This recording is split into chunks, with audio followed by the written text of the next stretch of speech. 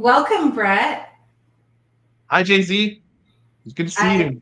so excited to see you and welcome to the podcast. And I love your glasses. Tell me about them. These are my creative director glasses. I think in the creative space, everyone I had a little bit of feedback from another screen on the YouTube backup. These glasses are my creative director glasses. I feel like every person in the creative space at some time feels like and realizes as they get imbued into the culture, realizes they should have some sweet glasses. And so there's a whole culture around creative glasses. These ones are made from recycled vinyl. So I like to think they're my rock and roller creative glasses. They're so awesome. I feel like they're shiny, like on the turntable, so I can feel the coolness already. Yeah, they're nothing like yours though. I think you got me. Oh, yeah, my rhinestone ones. Uh, I was showing Brett before my sunglasses because it's like 100 degrees here in the United States, but yeah, these are my podcasting glasses. So after this, I'll switch to my sunglasses to go line dancing outdoors. I feel like I need to upgrade now. No, you're playing like the smooth creative director, Very boss. Yes. very Bauhaus.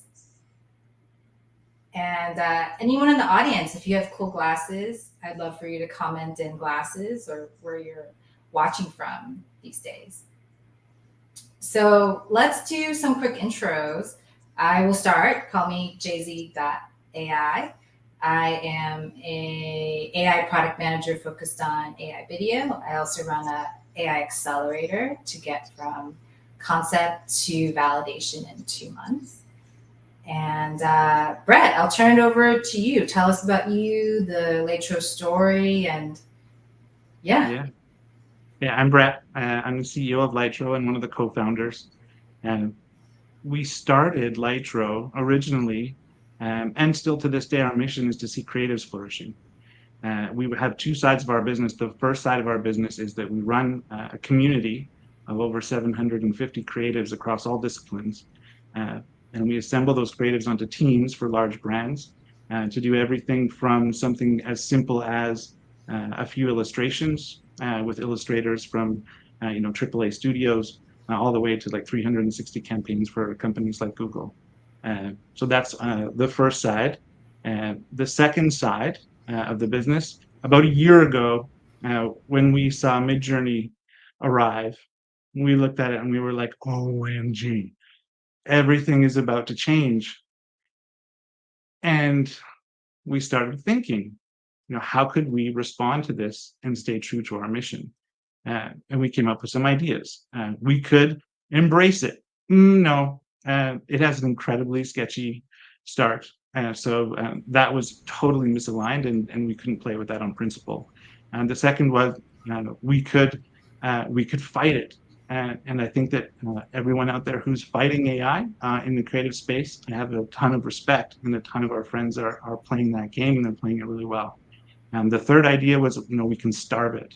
And there's incredible technologies out there, some of them that we're integrating into our platform, like Glaze and Nightshade.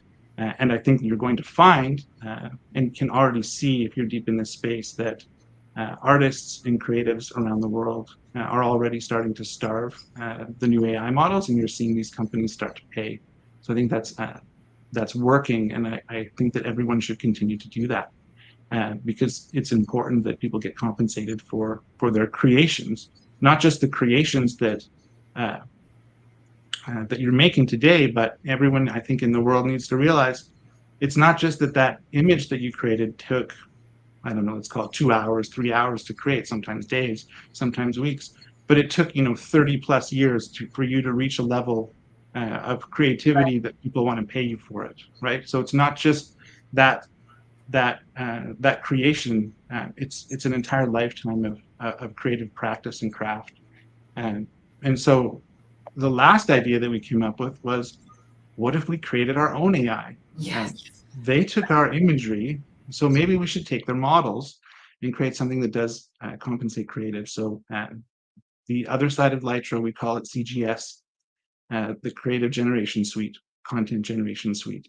And it does two things. It allows marketers to generate images responsibly, and it allows creatives to get paid at the generation level for every generation that happens on the platform. Wow, I love how thorough like these 4 steps are and the visceral response that creatives have, right? Because when I talk to software engineers, they're like, "Oh, well, it's okay, we're democratizing art." But then I talk to them about AI generating code, and they're like, "Oh, that would be terrible! Like Right. bad quality. We have to stop that." So Yeah. I Yeah. love how thorough your response is. And some people say, everything on the web. I think it was the president of Microsoft recently said everything on the web should be free to slurp up into these AI models. And I think that's completely untrue.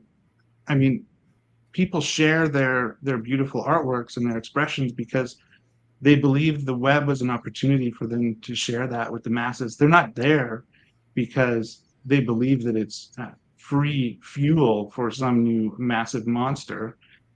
So suddenly a new technology comes out that can do something with it that no one ever expected. So I think we all have a responsibility to shape the future that we all want to create and that should be created. So yeah, it's very passionate center point of me. Yeah, I think it's very empowering. Well, in the audience, please comment, what you think about royalties from AI trained on creative styles or how that might be different from stolen AI out there. But we're going to talk about that. And Brett, why don't you show your video? There's a present square at the bottom of the screen.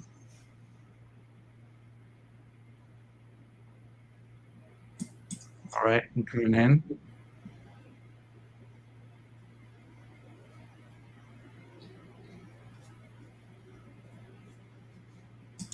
This is the video on our homepage, and I'll just be quiet while it runs through, and you'll get a sense of what Laetro is up to.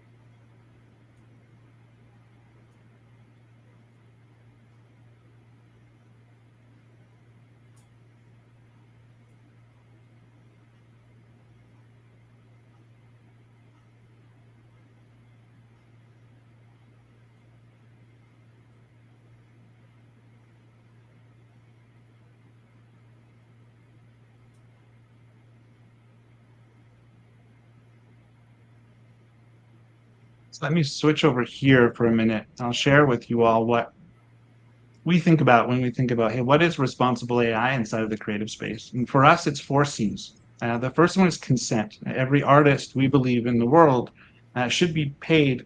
Should give the consent to companies in order to use their unique IP. So that's number one. Number two, we believe that all of the creatives in the world should be compensated, and not just compensated in pennies that's never going to affect their careers or their income, but meaningfully compensated in a way. Because it is possible, it turns out. We don't have hundreds of millions of dollars in financing, but we have built a system that allows for this with a very small team of about 8 engineers. And the third one is collaboration. And so when anyone is creating on our system and generating on our system, you will find, if you're deep inside of the space right now, AI very, very rarely creates a perfect picture. I mean, if you have a creative director's eye or an art director's eye, there's always something about that image that you really want to approve before you believe it's commercially viable. And inside of Laetro, someone can generate, and if they're not quite happy with it, they can ask for it to be polished by a pro. And that starts with the same artist that generated a particular style that I think that we'll get into. And then they're paid their day rate to clean it up. And so that's collaboration. So collaborating with humans as a part of the system. And then finally, credit. We believe that all imagery on the web should have credit of who created it. And so on the system, we have something we call like AI made with. So AI made with Dean Jones, AI made with Sarah Xerxes. And this is also a touchy point for me. I actually believe, and I'm really upset about how many large companies still don't allow the creatives to say that they've worked on a particular piece of IP or an amazing website.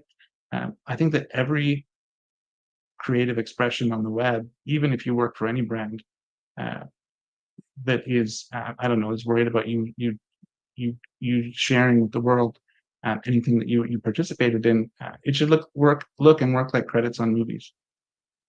So that's a little bit of the content generation space, and I'll stop sharing.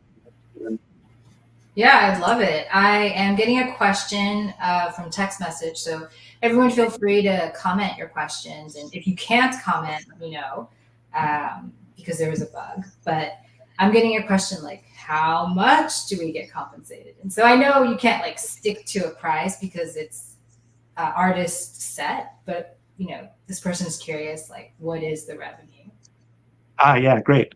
So already, even though we've only been live for a few weeks, some artists have received thousands of dollars. So that's exciting. The second part is the pricing is variable. So the artist gets to set their price and the number of generation tokens they want their art to cost on the system. So it could be from 1 all the way up to whatever you want it to be. Of course, we're just starting out, so it's important that we all calibrate together to create a market around the platform. But you can create your own prices, set your own prices. And then the last one, you get paid up to 65% at the generation level of the revenue that Laetro receives. Wow. Nice. So it's meaningful. So if you think about and you're worried about, oh my gosh, someone is not going to hire me to do commissions anymore if you're an illustrator, AI is not you yet. And I'm not sure that it ever is going to be. So I believe that both are going to exist. What's really great about this is that you have your current business, but you also now have the ability to imbue your style into a system, and you could have 100,000 customers all around the world generating your style, and you're being compensated at a higher rate than 50% for every one of those generations. So all of those times in between your amazing work that you're doing for your clients, you have a passive income stream that's real and meaningful. I love that 65%, right? Because in an art gallery, like I would only get like 35 and Gagosian would get the other 65. So it's really flipped in the advantage goes to the creator.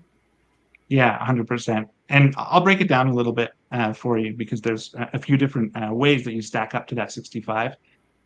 So it's 30% as soon as you make the style. And then we up it another 5% if you make multiple styles. So really simple. Then right now we have 15% extra for you being a starting member of Laetro. So now you're up to 50%. And then we have an extra bonus of 15% on top of the 50 if the customer comes through your affiliate link and starts generating your style. So you could think about it as, hey, if we're bringing the customers, you're at a 50%. And if you're bringing the customers, you're at 65%.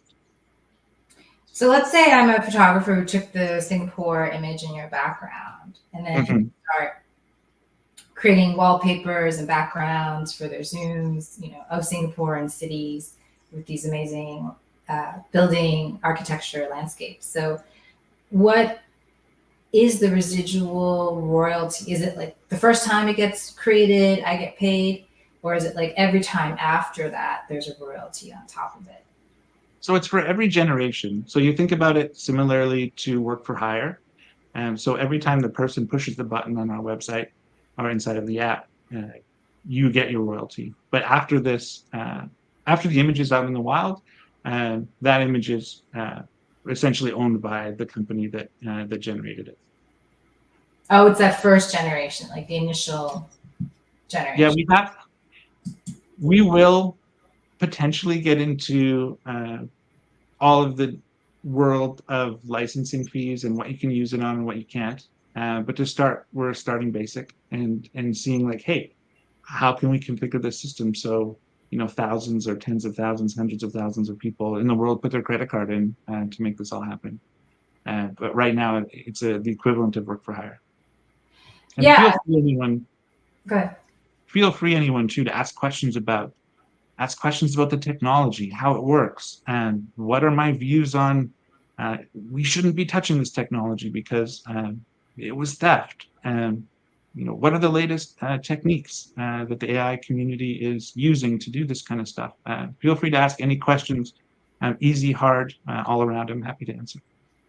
Yeah, I love that you're building with an MVP and not like expecting the royalty tracking to happen in version 0, right? So yeah, in terms of the technical questions, please, audience members, please comment your questions, however simple or difficult the question is. So I'll get us rolling.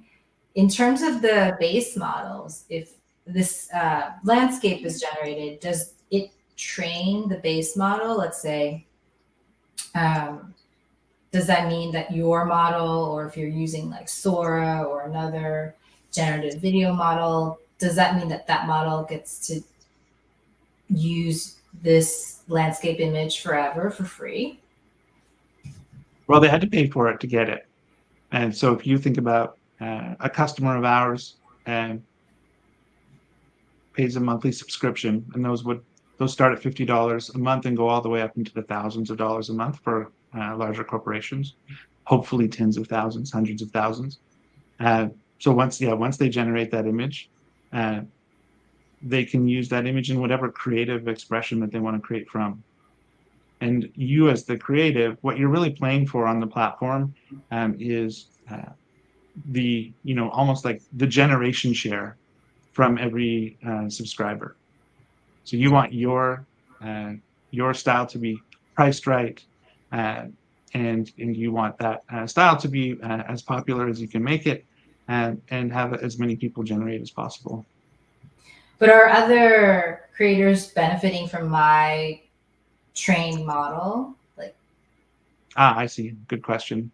So no. So so no one benefits from your trained model, and the way the system works is you need about 30 to 70 images, and we train a proprietary model based on your 30 to 70 images. And that model is private, held on our servers, and you can take that model down anytime you want and decide not to be on Laetro anymore if that was your decision. As people generate, the easiest way to explain it is we have a series of base models, and if there's a base model out there that we think is great, we're incorporating it. So base models, DALL-E, Stable Diffusion, we'll be integrating ideogram soon. Those base models interact with your model to create unique imagery that you can't get in any one of those systems if they don't have access to your unique imagery in the same way that we create what's called style transfer.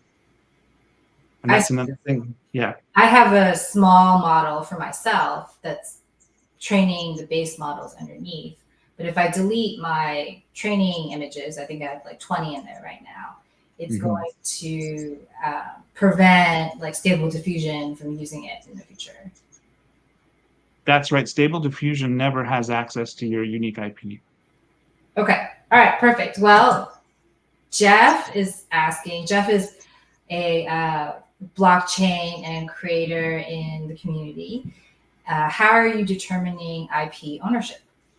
Yeah, great question, Jeff. This is a tough one. So we're doing this in two ways. The first one is becoming a style maker on Laetro is invite only. So you need to apply, and to get in, you need to be a real professional artist. And we're both looking at everyone's portfolios and a lot of times interviewing the folks that get onto the platform. So that's one. So we know that these people are real artists, and we've been into their background. So that's the most foolproof way that we've come up with so far. So that's part one, where we're starting. Part two, inside of the license agreement, if you're a brand, you can also train your own styles based on the imagery that you have. So we're protected by first a contract, and secondly, every time you upload a new style to be crunched into a new model, the system asks you essentially to sign that you own that IP. And so there's two layers there. If you have ideas for us to get even more secure, I would love to hear them. But that's the setup right now. Yeah, that's a great question, Jeff. And please, let us know if we answered it or if you have a follow on. But as I was training my model, I started taking like photos of my inspiration, and then that pop-up came up, which is like everything you put into the training set has to be yours. And then so I had to delete like half of my training set, which was kind of awesome, you know, just to understand that this is only mine. Well, great. Jeff, thanks for asking. Anyone else have questions, please put it in the chat.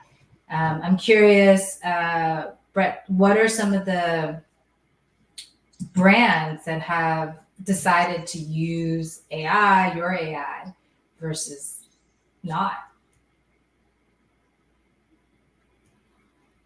I think that's one of the questions that I'm going to keep to myself on this round. Okay. If anyone wants to reach out to me individually, I'll share. I think, you know, not to be overly protective. Brands are still really cautious, and they trust us about their experimentations that are happening on the platform, and so I don't want to reveal. I don't want to reveal too much. But there are brands that you would know, and mostly technology companies that are playing in Silicon Valley, and brands that are brave and want to create something that is responsible. You know, that was something that we didn't understand before we created the platform. Like, are brands going to care? The people with the money, are they going to care that they're being responsible? And it turns out they do care, and that's a big reason why a lot of them aren't generating yet, because they're either principled and have the values that we want them to have, or they're worried about audience backlash. And I feel like the world is doing a great job of audience backlash right now. Yeah, I think the world is doing a great job of audience backlash. You're right. Another thing that I'll share about the system in terms of protecting creatives is the system also doesn't allow you to generate without an artist's style, or without a style that we've approved that a brand has generated on the system. So there's no raw stable diffusion, there's no raw DALL-E. Everything is filtered or generated through styles on the system that the artists have created. And that also reduces our legal risk. There's infinitesimal chance that something might come up that is infringing on someone else's copyright as an individual image. Now, if you take me to the place where, yes, but Brett, billions of images were stolen to take these base models to make it work. Yes, and I don't know how to unwind the original sin, but this is the game that we're all playing. I think it's the best game we can play. Yeah, I know Adobe and you all, Laetro, have taken great effort and time to make sure that the AI hasn't stolen the brand's images. But for Midjourney, that's how they got started, right? The base models are all trained on scraped imagery. So maybe you don't want to talk about like the specific brands, but how do you recommend that brands and marketers make the decision to try AI or not?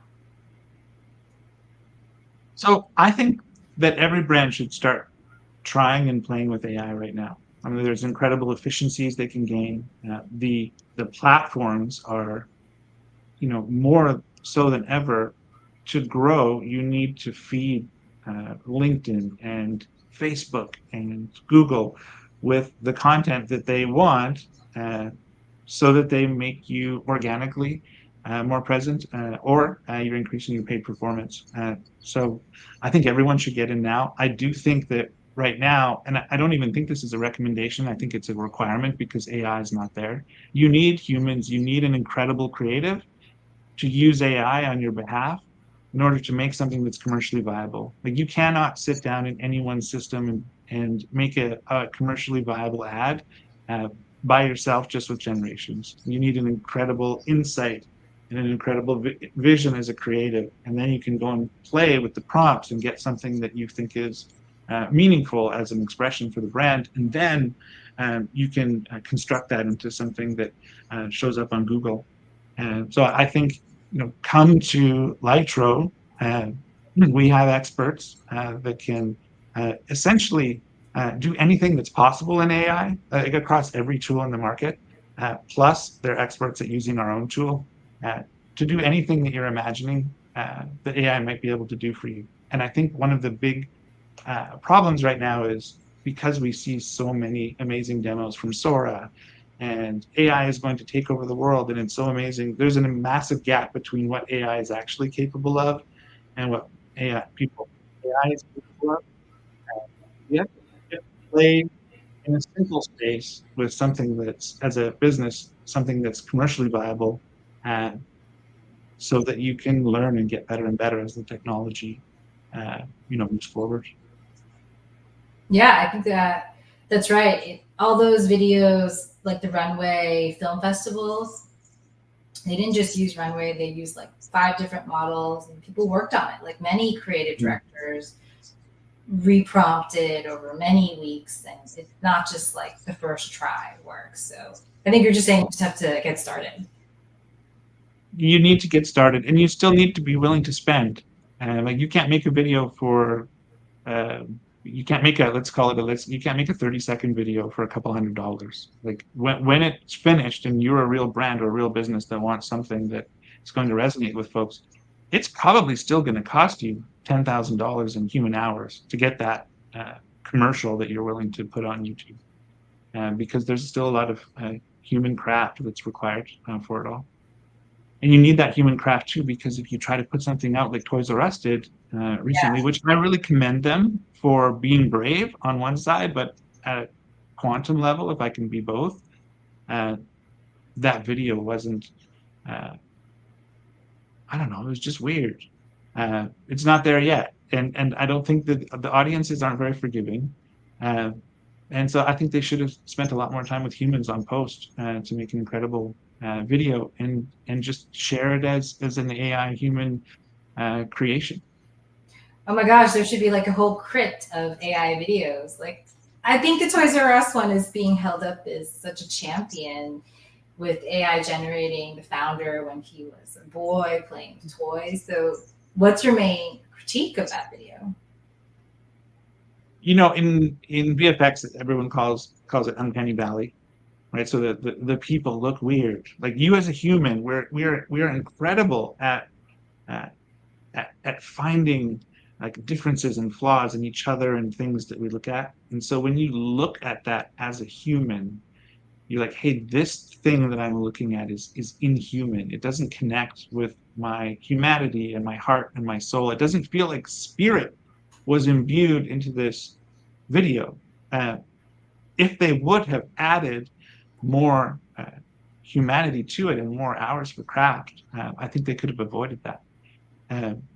But I think it's okay. I think it was a great experiment. But I also think that that's something that we're going to start to see. So for all of the creatives in the audience, I believe that once AI starts to become even more prevalent, we as human beings are going to raise the bar of what we expect and demand from the brands that we connect with and that trust that we give them.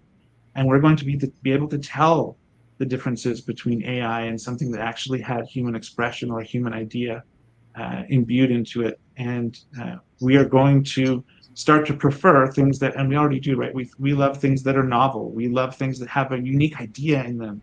And if they don't have those things, we're not going to click on them. And if we're not going to click on them, they're not going to be valuable. So I think that my recommendation for every creative in the world right now is to start understanding how to imbue your humanity into the pieces you create, and start tinkering with using a little bit of AI to make that happen, and see if you can keep the humanity, the connection, the resonance inside of your piece while starting to use some of these tools. Because very soon they'll be so prevalent that it will be difficult to, I believe, find clients without using a little bit of AI. I mean, look at Adobe. It's almost hard, and Figma, right? They all have Teams, they have Firefly, they have new tools. It's going to be hard to avoid it even when you're creating inside of the tools that you're so familiar with. I like that quote, that imbue it with humanity. That's what people click on still. It started here, Jay-Z. That was the first one. That's right. Well, I think we're gonna do our outro, but I know a lot of you have consternation and questions, and you're shy. So I'm going to give you a couple minutes to comment your last ones. But Brett, what is the next step for brands and creators? Do they have to apply, or how did they get started with your platform? So on Laetro.com, for everyone out there who's a creative, you can come to Laetro.com, click on the makers page, and click on join us, and you can apply to be a style maker. And once you're inside, there's a community of us, and you can play and talk about AI and start building your styles. And then for brands, think about what creative challenges do you feel like you might want to solve with a little bit of AI or a lot of AI, and reach out. I'm available on DM on LinkedIn. I'm there all the time, as you can probably see, and we would love to help you with any of those challenges.